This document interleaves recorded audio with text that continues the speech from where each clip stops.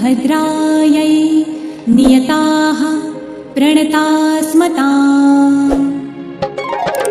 या देवी सर्वभूतेषु विष्णुमायेति शब्दिता नमस्तस्यै नमस्ते